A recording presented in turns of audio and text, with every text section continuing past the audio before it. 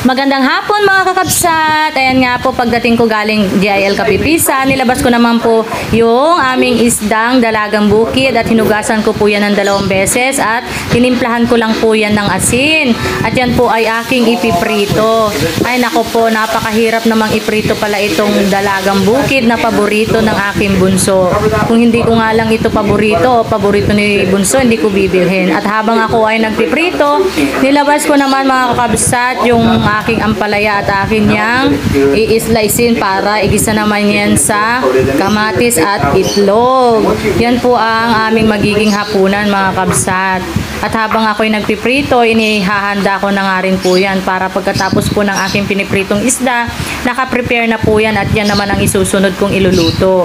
Kaya ano pong ulam nyo today mga kakabsat? Nagtataka po kayo siguro kung bakit ang aga kong magluto ng aming hapunan ngayon.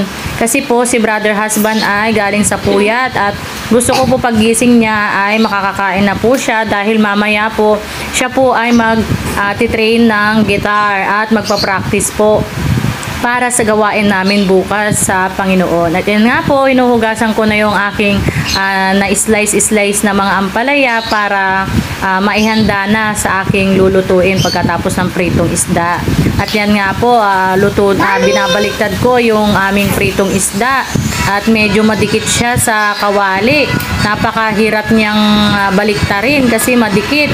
Pinainit ko naman ng maigi yung kawali pero madikit-dikit pa siya.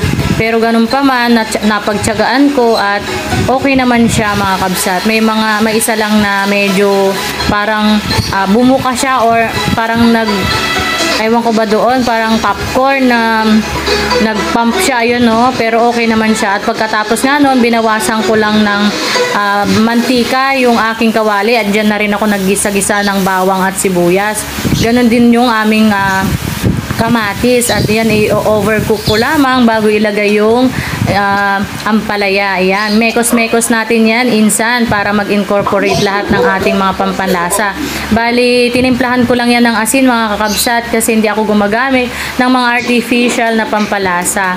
Nilagyan ko nga pala yan ng 4 na itlog at binati-bati bago ko ilagay yan sa aking ginigisang ampalaya. Ayan nga po, medyo malapit na tayo matapos magluto. Maaga kami maghahaponan mga kabsat kasi bukas may gawain, may Sunday service sa aming church. Ay, ayan nga, minekos-mekos ko lang yung ampalaya at saka itlog.